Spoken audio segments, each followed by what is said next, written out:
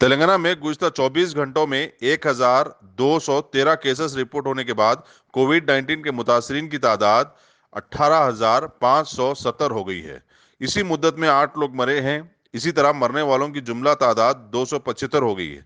रियासती महकमे सेहत के मुताबिक जीएचएमसी लिमिट से 998 केसेस आए हैं, जबकि रंगारेड्डी से 48, मेडचल से 54, संगारेड्डी से 7, करीमनगर से 5, महबूबनगर से 7, गदवाल से 1, सूर्यापेट से 4, खम्मम से 18, कामारेड्डी से 2, नलगुंडा से 8, सिद्दीपेट से 1, मुलुगु से 4, वरंगल रूरल से 10, जगतियाल से 4, महबूबाबाद से 5, निर्मल से 4, मेदक से 1, यादाद्री से 1, निजामाबाद से 5, वरंगल अर्बन से 9, भद्राद्री कोत्तागुड़म से 7, नारायणपेट से 2, नागर कर्नूल से 1, राजन्ना सिलसिला से 6 और विकाराबाद से 1।